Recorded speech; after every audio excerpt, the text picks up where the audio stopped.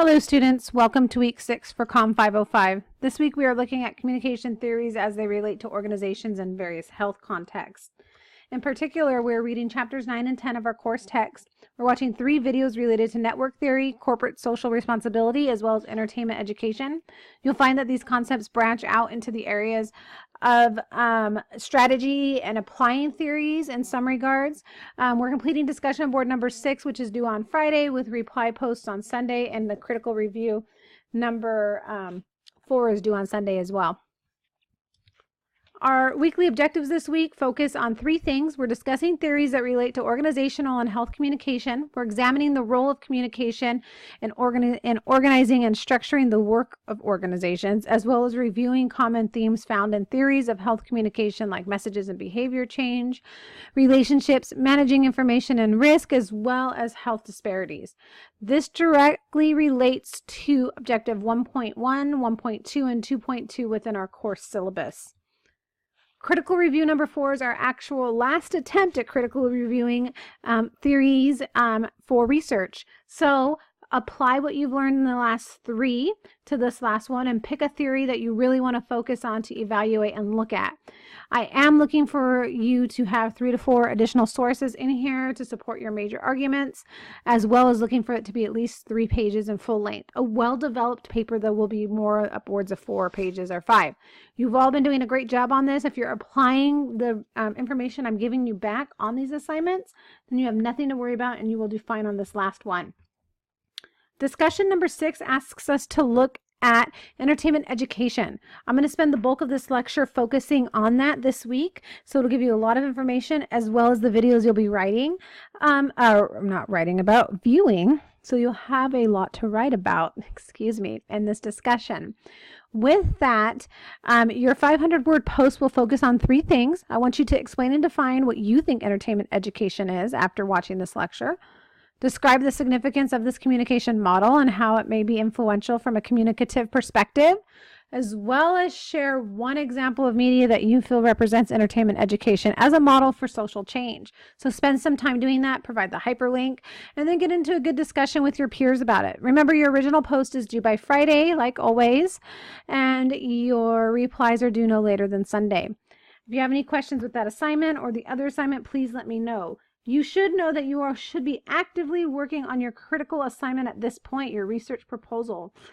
So please spend time focusing on that, looking at my feedback from your rationale, as well as any other information you've gotten from me related to that assignment. Entertainment education was founded by Miguel Sabato, and came from the lens of Albert Bandura's work with social learning theory. What Miguel Sabato found was he was with his work in and as a writer for the show Simplemente Maria in Peru in the late 60s and 70s, he found that there was a communication strategy at work. He found you could educate audiences about pro-social messages and had the power to dispel and change social or societal norms within entertainment. Really what he did was he took this telenovela, Simplemente Maria, and integrated it with pro-social messages about empowerment for women and different societal concepts and things and norms that they wanted to experiment and see if they could change the minds of people through that. What they found that it was very beneficial if it was pro-social and for the betterment of society. Entertainment education at its root is a communication strategy, a model. It's not really necessarily a theory. What it does is it draws upon some theories in communication, which we'll get to in a second, but it's really a strategy that is the process of purposefully designing and implementing a media message to both entertain and educate in order to increase audience members' knowledge and perceptions about an educational concept, create favorable attitudes, and change overt behaviors. It's beneficial in using it because it provides a direct method and a direct way to track how communication can educate an audience through entertainment and change perceptions through those indirect communicative efforts. It gives us a direct way to see how it applies to our lives in some form or another. Most particularly, entertainment education works through audience involvement. In fact, Sabato found that audience involvement in Simplemente Maria, his show that he tracked this through primarily, ignited change in societal stereotypes towards migrant workers and women in Peru. Because of this entertaining content and audience involvement, this was possible to change the perspectives of women and migrant workers in this country. Media could influence people in a number of ways if the audience was involved with the show. And what does that mean particularly? Well, entertainment education works primarily through the use of powerful storytelling, yes, but that powerful storytelling has to accomplish three things. It has to entertain, engage, and involve the audience. So as long as the content of the particular storyline is entertaining, engaging, and involves the audience, then it will be effective in igniting particular change. So for example, they also did this in South Africa with this radio series called Soul City. What happened was this radio, because radio was the primary mass media tool in that country, people would tune in to listen to it in the rural and low income areas that were, socioeconomically deprived.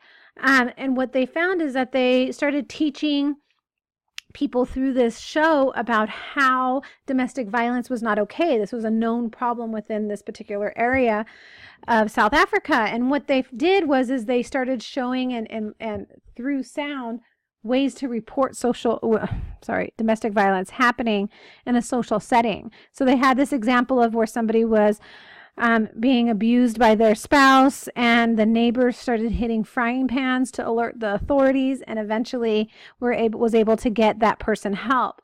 Well, this actually happened in real life after the show. It inspired societies and neighborhoods to get involved with it in this way in this particular area of the world. So entertainment education relies on the use of specific communication theories to involve the audience in the content that's presented through popular media. We've found now with significant research that this does not only apply to television and radio, but applies to film, digital communication, books, social media, many other ways. It's a strategy of social influence that relies on the audience's personal connection and involvement with the media. This graphic here helps provide how it can really be impactful in many different ways. So to continue on with this and look at it, how does audience involvement relate to narratives or storytelling? Well, in entertainment education, audience members experience a psychological and emotional cognitive attachment to characters through repeated exposure to media. We've found, if you've gone through the rhetorical tradition, that Walter Fisher's narrative paradigm states storytelling is a universal function. He claims we're homonarrative, we're designed to tell stories and to consume stories, and our life is a story in some regard.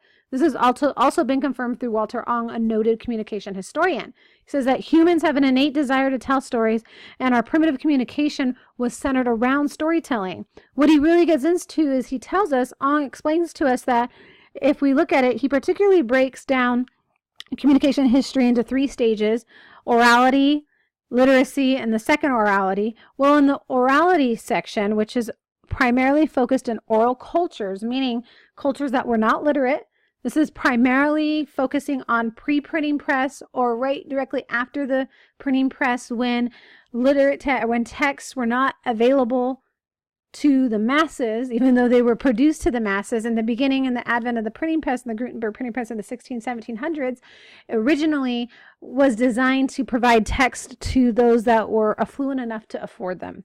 So there was a segment of society that was not aristocratic enough, we can say, to afford them, and were still illiterate, and illiteracy was huge. And so what Ong related to in this orality was that this oral culture is that to provide and pass down information, we did this through storytelling.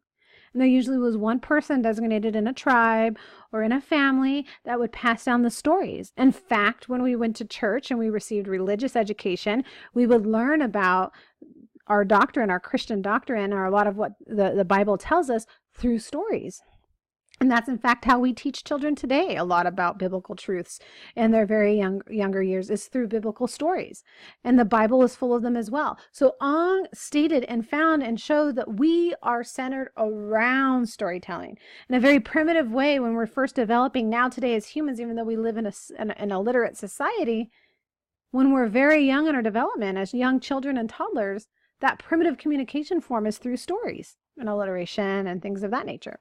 And so Sabato found that audience involvement occurred within his show Simplemente Maria. Specifically, it was around a female migrant worker who moved to a large city and had to adapt to the life in the city. She had a child out of wedlock, which was a huge no-no and taboo topic at that time in society for them, as well as had to find a way to adapt to raise her child as a single parent in the city. The show demonstrated that through hard work as a seamstress, this main character, Maria, could move up the ranks and eventually become a fashion designer, which was also not common for women at all during this time, and move out of poverty into the upper class, all as a single woman with a child, and was able to do this through her own independence and liberation. So the show indirectly communicated the independence of women, the ability to succeed in life. This was a very popular show in Peru and throughout Latin America. This show helped display notions about a male-dominated Latin society. There was a lot of research to demonstrate how women were empowered through this show, and Sabato saw this and began to replicate his methods using EE as a communication strategy, or entertainment education as this kind of strategy, throughout many different ways, and it's used a lot today. So audience involvement relates to narratives because of one particular way is the narrative paradigm. The second one is through what Ong tells us about how our communicative history has developed, and we come from oral cultures and we have an innate desire to hear and listen and learn from stories. So what particularly is audience involvement? Well, audience involvement relies on three factors: transportation, parasocial interaction, and identification. So you have to transport the audience member, figuratively speaking, of course, into the character's world. You have to make them feel as if they're there, they're a part of it. And if you've at all experienced this in a movie or in your own show that you've gotten caught up on, that's your favorite show, you feel as if you're there, you know those characters, and they're your friends. That is transportation into the character's world, but it's also parasocial interaction, which is a theory we've learned about this semester. If you look at the sociopsychological theories, media theories, as well as some sociocultural theories. It's in Littlejohn and Foss. If you have not focused on it exclusively, it is in there. So parasocial interaction occurs when the audience feels as if they have a personal relationship with the character, or a celebrity for that matter. We see this now happening with digital media, with influencers on social media accounts, celebrity fan culture, things like that. The person feels as if they intimately know that character or celebrity that has been presented to them through media when they have not actually even really met them in everyday life, or that person would not know them in everyday life. So we have this parasocial interaction with them. We feel as if they're our friends. We feel as if they know them. That happens through transportation, and then the other way that happens is through identification. The audience member has to adopt the beliefs, customs, rituals, situations, and experience in a story and personally identify with the character. Identification largely happens through the development of the story and ensuring that it meets cultural norms, societal expectations, and fits with the time and the current cultural trends within that society and the way that the story is developed. And that's easy to do as long as you're staying attuned to whatever it may be. So those three things, transportation, parasocial interaction, and identification, have to happen in order for this to work. There are some theoretical underpinnings in entertainment education. I've already talked a little bit about social learning theory. Social learning theory, in a nutshell, tells us that we learn through observation. So, Albert Bandura studied how children develop, and he found that we're all social beings, and that we learn. The best way that we learn is we learn by observation from others and observing in many different ways. This observation, though, does not have to be live in person. It can be, that's the best way, obviously, to learn in a school setting or from a parent or a loved one. However, it can happen through media. So social learning theory is a direct underpinning in this communication strategy. I already talked about Horton and Wall's parasocial interaction and how we feel as if we know characters or celebrities when maybe we have never really met them. And then we've already talked about elaboration likelihood model, this term. What ELT tells us is that how we process and critically evaluate information or passively create it can definitely impact how we use information and communication. And this is found as evidence in entertainment education strategy. I want you to spend some time looking at this week, seeing how it applies in many different ways to our lives. We're reading chapter 9 and 10. watching some videos related to the course content. We're completing discussion board number 6 by Friday with replies on Sunday, as well as critical review number 4. If you have any questions, let me know. I look forward to interacting with you and pray you all have a blessed week. God bless.